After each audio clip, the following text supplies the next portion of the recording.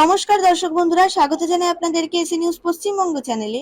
লাভহপুর ব্লকের হিচিয়া গ্রামে সংঘর্ষ চলাকালে জমা রাখা কাঁচামাল বিস্ফোরিত হয়ে অন্তত 2 জন নিহত, পুলিশ তদন্ত শুরু করেছে।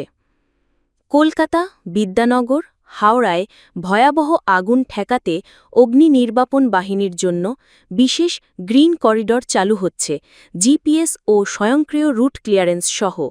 রাজ্য বিধানসভা ন্যাশনাল স্পোর্টস ইউনিভার্সিটি বিল বিতর্কে বিধানসভায় তৃণমূল বিজেপি মুখোমুখি। 20 মিনিট তর্ক-বিতর্কের পর বিজেপি উপদল রাস্তা ছেড়ে চলে যায়। হুগলির গ্রামে বিজেপি নেতাকে গলায় ফাঁস দেওয়া অবস্থায় পাওয়ার ঘটনাকে হত্যাকাণ্ড দাবি করে পারিবারিক পরিবেশ। আন্তর্জাতিক যোগ দিবস পশ্চিমবঙ্গে উদযাপন। কলকাতা সহ রাজ্যের বিভিন্ন অংশে নানা কর্মসূচির মধ্যে দিয়ে 21 জুন ইন্টারন্যাশনাল যোগ ডে উদযাপিত হয়েছে। কলকাতা ও দক্ষিণবঙ্গে ঝমঝমে বৃষ্টি ও ঝড়ের পূর্বাভাস। আইএ বাংলা জানিয়েছে, শহরে রোদের চিত্র থাকলেও দক্ষিণে ঝেঁপে বৃষ্টি ও ঝড়ের আশঙ্কা। এই ছিল আজকের মুখ্য সমাচার। এরকমই নিউজ আপডেটস পাওয়ার জন্য চোখ রাখুন এসি নিউজ পশ্চিমবঙ্গ চ্যানেলে। ধন্যবাদ।